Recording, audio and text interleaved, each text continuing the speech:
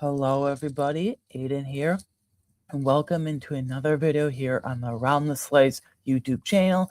Now, I got a fun one for all of you out there today, and you guys, because the NFL Combine is now behind us. The bulk of 2026 NFL free agency has now come and gone, and obviously the landscape, offense, defense, special teams, what have you, has changed drastically since our last mock draft about a month or so, almost month and a half ago, give or take now. So what better time than to run through an updated 2026 NFL first round mock draft? Please note, as always, as is the case when I do these no trades today, we're just going to go organically picks 1 to 32. We've seen a lot of trades since we last talked. There's 5 different franchises now that we'll talk about that have 2 first round picks. Very, very interesting. Just to name a few, the Chiefs from the Trent McDuffie trade, the Dolphins from the Jalen Waddle trade. So yeah, we're gonna run through those just to name a couple. First overall, 1 to 32. First overall, Las Vegas Raiders. This has quite literally been the same exact cut and dry pick for the last 3 months, last 3 months now. There's some rumblings that Clint Kubiak might want to bring in Kirk Cousins because he doesn't want to start a rookie week 1. Fine, okay, but the rookie will have to start at some point after the first 2 or 3 weeks, give or take, somewhere around there, albeit what have you. We're going to go with Fernando Mendoza, QB, Indiana. There's nothing really to say. Number 2, I don't know if this is considered a hot take, but I'm going to go with an athletic freak that Aaron Glenn will not be able to turn down. Considerations here as we go along. I think the Jets absolutely have to take the best defensive playmaker, excluding Caleb Downs from the conversation. I think Caleb Downs is not arguably, he is a top 3 or 4 talent at minimum, if not higher in this draft, but they're suddenly loaded at safety now. They got Dane Belton. They traded for Minka Fitzpatrick. They brought back Andre Cisco, interestingly enough. So that's the one position on defense they're locked and loaded at. Corner, they're pretty deep and set as well. So I still believe in Ruben Bain. Short arms be damned. If you want a legit, just like playmaker who has an elite get off in this class, then you will go with David Bailey. But I'm going to go with New York Jets. This might be a bit complicated.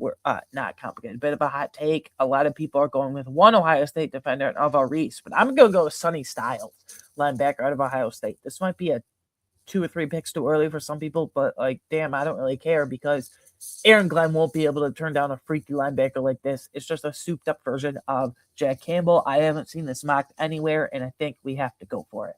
Number 3, Arizona Cardinals. Now, before free agency, I would have said Jeremiah Love, but now they're pretty deep at the running back position with Tyler Algier, James Conner on a restructured / rework contract pay cut situation, and Trey Benson for whatever that's worth at this point. I personally would have just sat there and taken Love, but they brought in Algier and had other plans, clearly. I see everyone mocking defense, and I know their defense has been disappointing, but they've sunk value into it. Like, they just pursued a reunion with Roy Lopez by bringing him back. They have a former first-round pick with pedigree a couple of years ago in why am I freaking blinking? Some Robinson. I can't remember his name. I'm sorry. Who could play edge and interior. They brought back LJ Collier. So they've sunk a lot of capital into that defense. Disappointing or not, they've already went down that road before. I'm going to go with O-line. I look at O-line here. They brought in Isaac Seumalo at guard, so this guy will be a true tackle. I know there's some rumbling switching him from tackle to guard. I don't care if he has short arms as well, just like his defensive counterpart at Miami. I'm going to go with Francis Mauigoa, tackle from Miami. He's still not unquestioned. I think it's close between him and a guy we'll talk about in a few minutes here. But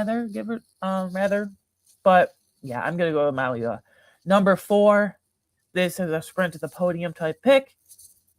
Now, weirdly enough, I don't want to say weirdly, interestingly enough, that's the correct term. Interestingly enough, Tony Pollard's technically still on the Titans roster, but next 2 or 3 weeks or so, I expect him to be cut, and Tyjae Spears, has shown that he's a jag. Unfortunately, just a guy. He's a nice change of pace, 5 to 8 touch per game on any given week during the season, a receiving back. Yeah, I mean, Robert Saleh, he has his locked-in starters at defensive line now with Jermaine Johnson on the edge. On the interior, you have John Franklin Myers and Jeffrey Simmons.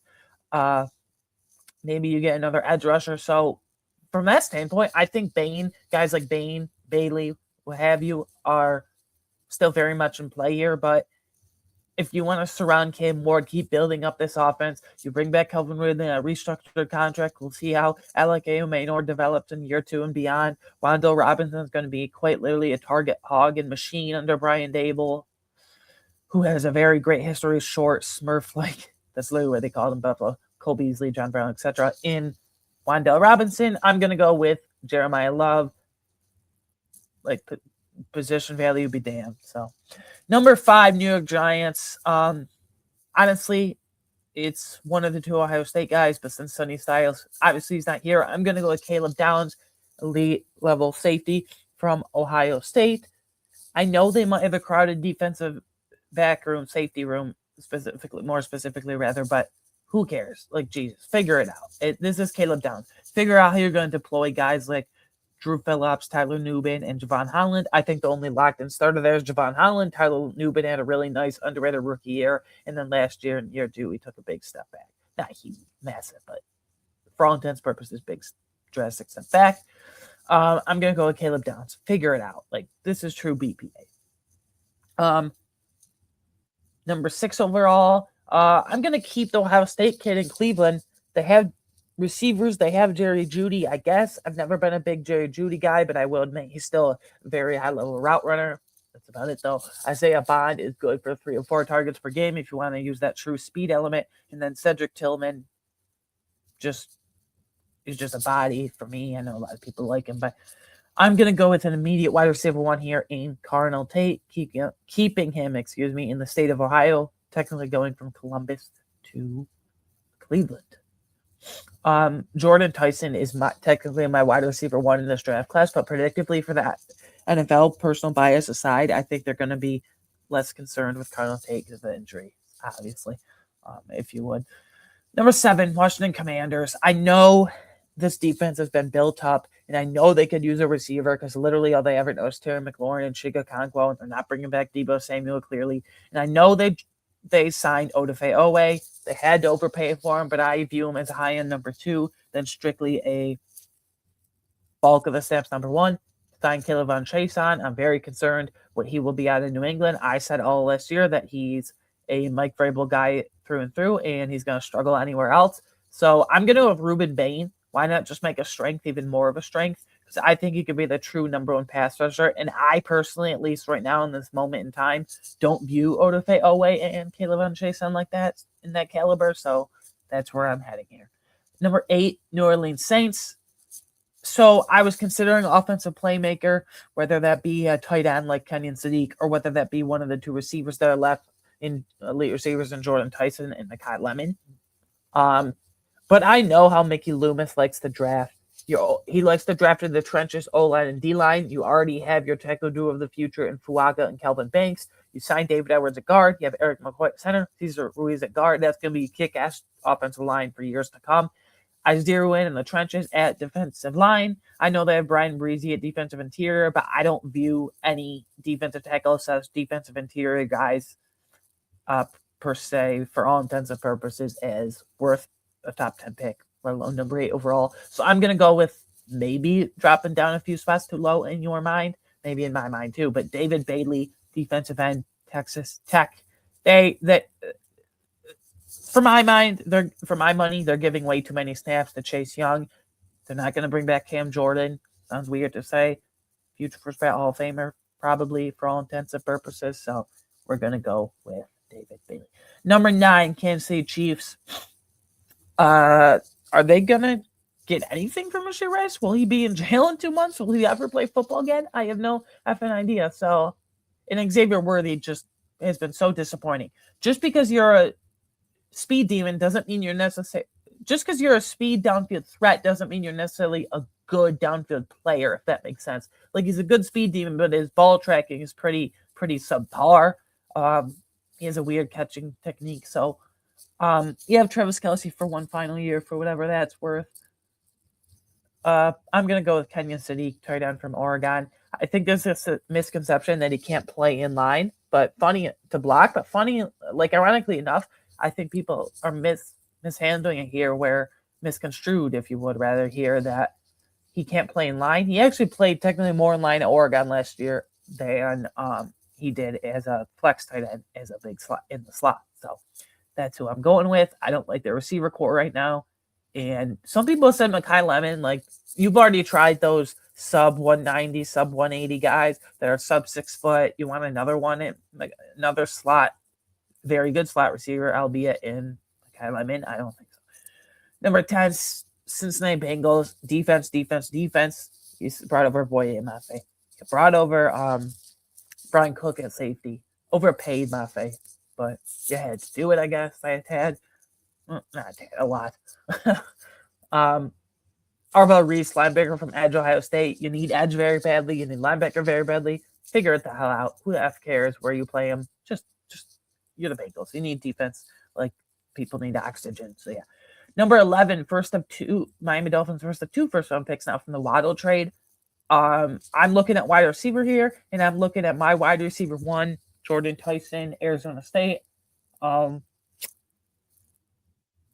Maybe you could wait till Concepcion or Denzel Boston, but I think this talent is too good to pass up here. I mean, guys, hello. Like, their receivers are now literally Jalen Tolbert, Malik Washington, and Tutu Atwell. What God's name is that? Maybe they sign a Devo. Maybe they sign a Juwan Jennings, David Njoku at tight end. I don't know, and who the hell cares, honestly? You got to get Jordan Tyson here in the fold, in my humble opinion. Number 12, Dallas Cowboys. I've warmed up a lot to this guy. I know they traded for Rashawn Gary, and there's two options here, pass rush help and corner help. I'm going to wait on the corner, as you'll see at pick 20. Spoiler alert, I won't say the name, but keep an eye on that. Foreshadowing a little later in a bit in this video, but yeah, I will admit there are a couple higher upside pass rushers like a TJ Parker, like a Cassius Howell, who are more bendy and upside guys, but the Cowboys can't take that risk. They need to go to the NFC Championship this year at minimum. They need to stop cycling through these head coaches. They need to, go all in, like Jerry Jones keeps saying, but his actions don't prove it. But maybe he finally is. But an edge rush duo over Rashawn Gary and Akeem Mesidor, defensive end from Miami. Again, not the highest upside guy in the world. He will be 25 years old on draft night in a month or so. So I think that's an overrated stat. The really overrated thing. The only age thing I care about is with running backs because the limited ceiling, blah, blah, blah. I think every other position actually helps with the experience and stuff, but I'm going to go with Akeem Mesidor going to the Dallas Cowboys, defense from Miami at number 12 and waiting on corner until pick 20. Number 13 overall, Los Angeles Rams. We said, oh my God, it's a sprint to the podium corner pick literally just a few weeks ago, but they traded for Trent McDuffie, gave him a huge extension. Signed Jalen Watson to a big contract, extended Quentin Lake as a stud slot corner at midseason last year, 2025 specifically, rather. This, in my opinion, has to be offensive line, specifically right tackle. Rob Havenstein retired. Warren McClendon, I don't think it'd be I know he can't be a full-time starter for you going forward. Like Spencer Fano in the fold here. I know people say, oh, he was doing some center snaps a lot of center snaps at a lot of snaps at center, at the per se at the combine about a few weeks ago now. But I'm gonna keep him at right tackle. Let's get him in the fold here. Number 14, Baltimore Ravens. Their interior is very lackluster. Yeah, they brought in Danny Pinter at center. Who the hell cares about that? They brought back John Simpson to play right guard. I actually really like that value as an underrated / overlooked signing. I talked about center. They have nobody now. Danny Pinter, who the hell cares? At left guard, we can't be rolling with Andrew Voorhees. I mean, he's embarrassingly bad. I don't even know he's worth a depth roster spot as a true interior swing guy on the bench. You need to run the card in here, quote unquote, run the card in here if you will, for Vega Ione, who is by far and away the best guard interior guy in this class. Guard from Penn State. Let's start rebuilding that interior. Number 15, Tampa Bay Buccaneers. They're loaded at corner with Zion McCollum, Ben Morrison, and that was the breakout guy. And Jacob Parrish at slot. Yeah, they lost Christian Hensian. Wasn't playing much anyway and was injured for most of last year. Yeah, they lost Jamel Dean, was playing through injury a lot and took a step down the last 2 years or so. specifically. So I think this is edge rusher or bust for them. At linebacker, you could argue that, but there's no one in this range after Sonny Styles I'm worth taking here, and he's long gone. They signed Alex Anzalone to provide veteran floor. I'm going to go with Cassius Howell, defensive end, Texas A&M. He's athletic as hell, and he fits Todd Bowles' very rush-aggressive defensive man-heavy scheme to a T. You guys have speed, bursty, bendy, short arms is actually caters nice very well to Todd Bowles' aggressive blitz packages. So, yeah. 15 New York Jets. Just a reminder, at number 2 overall, we went with kind of a hot pick that I'm not spicy pick, if you would, that I'm not seeing much at all right now in Sonny Styles, linebacker from Ohio State, rather. I'm going to go with Mekhi Lemon, wide receiver USC. They have a do-it-all downfield threat, big body downfield threat, 6'1", 6'2 plus in Garrett Wilson. They need a true target hog at slot receiver. They lost John Mechie. Yeah, they have A.D. Mitchell, but he's nothing more than wide receiver 3. I did like the flash I saw him from last year, though. We're going to go with Mekhi Lemon, wide receiver USC. If he's pigeonholed into a slot receiver, at least in year 1, who cares? That's fine. Number 17, Detroit Lions. So I'm going to go with the trenches here again. I think you need to draft another edge rusher. Maybe not this high, though, because they did sign at least a 1 or 2 year stopgap in 1 year, $6 million, I think it was, in DJ Wanham the other day, from Vikings and Panthers pass rusher. That's a nice veteran floor, but you cut Taylor Decker. There's some rumblings that they might want to bring him back at a cheap deal. That's kind of weird, though. I'm going to go with Monroe Freeling, tackle from Georgia, a true left tackle, a duo, a kick-ass duo for the future to build around a Penei Sewell at right tackle. You can figure out the interior. And Monroe Freeling of left tackle, that's very mouth-watering to me. 18, Minnesota Vikings. Harrison Smith retired. Josh Metellus coming off injury. I still firmly believe in him, though. Theo Jackson is nothing more than a depth piece. When he has played, he's pretty damn underrated and pretty steady floor, but I don't think there's much ceiling there. We're going to go with athletic freak on the back end and Dylan Thieneman, safety from Oregon. Yeah. 19, Carolina Panthers. So I look at the defensive interior. Derek Brown needs help over there. He's a do-it-all defensive tackle. And they have a couple big, literally and figuratively, nose tackle or run stuffer types in Tank Wharton, Tershawn Wharton, and Bobby Brown, to be more specific. And I think they need another athletic do-it-all defensive interior guy next to Derek Brown. I'm going to go with Peter Woods, defensive tackle from Clemson. I think people are forgetting just how good he is and can be still. Number 20, Dallas Cowboys. Reminder, we took Akeem Mesidor at 12th overall for the safe pick. Mansour Delaney, corner LSU, he's top 10 to 12 at minimum type talent in this draft, but because of the run of free agency shifts here, he falls to 20th overall. I mean, this is just an A++ pick, if I can give that out. Mansour Delaney, corner from LSU. It sounds like they're still keeping Deron Bland. So they have outside corner duo of Deron Bland and Mansour Delaney for the future is pretty damn good in my book. 21, Pittsburgh Steelers. You guys might think this is overkill because they have DK Metcalf. They traded for wide receiver Michael Pittman Jr., who's a pristine route runner. But Metcalf and Pittman specifically, skill set wise and just height wise, are very big bodied receivers. Metcalf more athletic downfield. Pittman more middle of the field. But now let's get a short, stocky guy that can do everything in the backfield, slot, out wide, take screens to the house in KC Concepcion, wide receiver Texas A&M. You haven't had like a true good receiver group for the last few years, so let's add to a already pre-established strength in KC Concepcion this year. Number 22, Los Angeles Chargers. They've kind of fumbled the bag, if you would, here in free agency. They're not really upgrading their offensive line, specifically the interior. They got Tyler Biash at center, but what the hell else? I'm going to go with maybe year 1 is just a high-end rotational snap taker, but year 2 for the future and beyond with Tuli Tuipulotu, assuming he gets that big extension. Yeah. You lost Odafe Owe. Khalil Mack is one final year, and then he's riding off to the sunset. Let's go with Keldrick Falk, defense fan, Auburn. He can line up on the interior as well. I'm not the biggest fan. He's kind of a tweener, too small for D tackle and kind of oversized, too big, if you even want to call it that, for edge rusher. He gets pressure on the QB, but he kind of runs around him and kind of whiffs on certain sacks. He's got to finish more, but you have Thule for that, and he can learn behind Khalil Mack. Number 23 overall, the Philadelphia Eagles. This was a popular pick for Kenyon Sneak, but he went number 9 to the Chiefs. Long gone. But luckily, they brought back Dallas Goedert, and they brought in a couple of blocking tight ends and Johnny Munt, and re-signed Grant Calcaterra and re-signed Kylan Granson. So they clearly are still a very run-heavy team. You could argue wide receiver like a Denzel Boston if you want to push Omar Cooper into this spot, because I expect AJ Brown to be literally at the door in the next month or so, give or take. But I'm actually going to go with edge rusher. Sneaky big need now. They lost Jalen Phillips.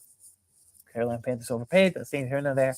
They have a lot of good number 2/3 rotational guys that I really like. In Nolan Smith, we'll see if he gets an extension. In Jalen Hunt, who is come along way quicker. Specifically way quicker than I thought. But let's get a true number 1 guy to wrap a bow on all that in TJ Parker, defensive end edge rusher from Clemson. Number 24 overall, Cleveland Browns. It's got to be a receiver. It's got to be O-lineman, whatever order you want to go in. I chose receiver first. Number 6 overall, Carnell Tate. We're looking at O-line now. I know they brought in nice floor guys like Zion Johnson. We'll see if DeJuan Jones can still be a starter for them. But you got to get – there's nice floor with Johnson and DeJuan Jones at least, but you got to get true ceiling here in Caleb Lomu, tackle from Utah, overlooked because of Fano there. Number 25, Chicago Bears. They've lost a ton of secondary pieces. At corner, Nahshon Wright, they lost to the Jets. 1 year, $5.5 million. They could have absolutely done that. I don't know why. But then more specifically, they've literally lost all 3 safeties. C.J. Gardner-Johnson to the Buffalo Bills. Kevin Byard to the New England Patriots. And the big one, Jaquan Brisker to the Pittsburgh Steelers. They kind of fumbled the bag with all that. But let's bring in Emmanuel McNeil-Warren, safety from Toledo. 26, close to my heart, Buffalo Bills. This is a run-the-card-in type player.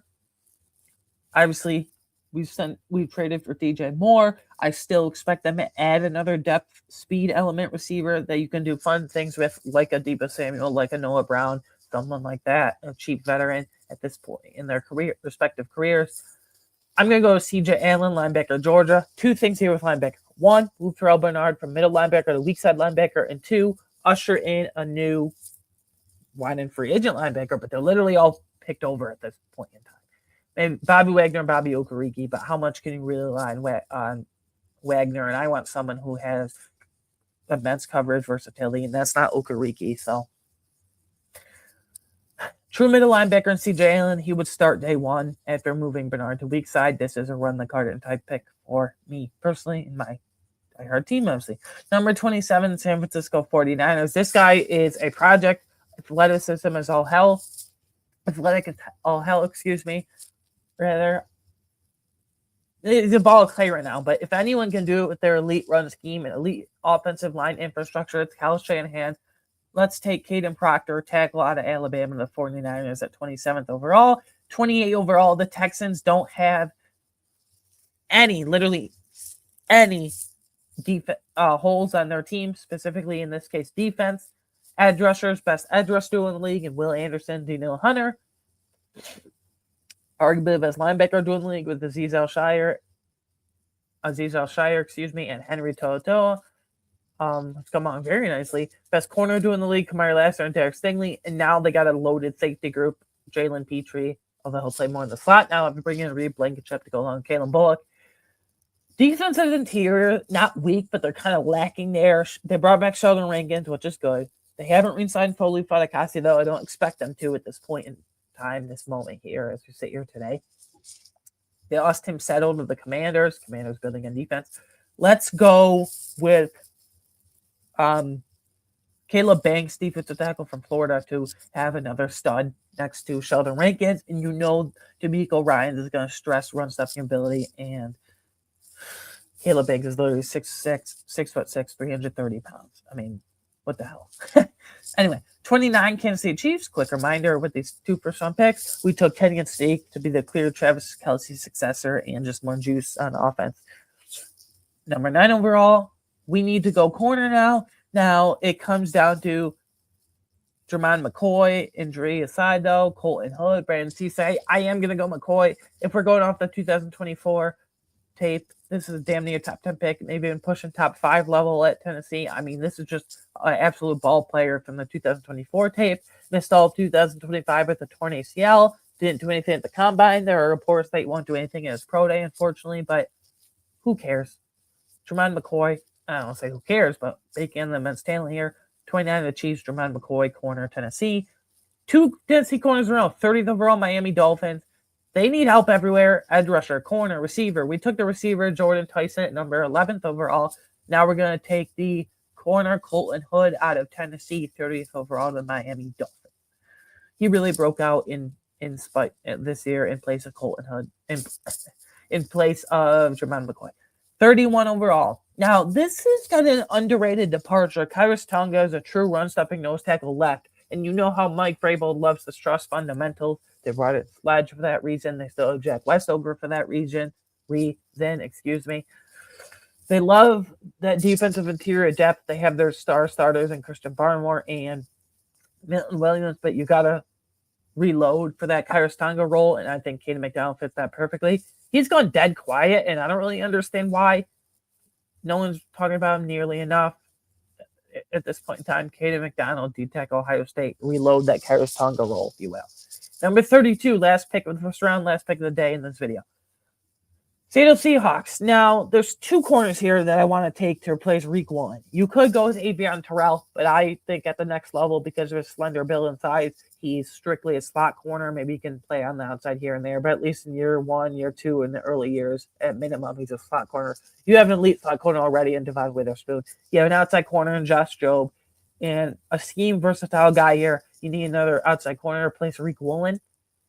So I would go Terrell if they didn't already have an elite slot corner in Devon Witherspoon. But a true outside corner, Brandon Cisse, corner from South Carolina, rounding out the top of this corner class. Anyways, guys, sit at the top of the video today. Free agency in the rear view for the bulk of it.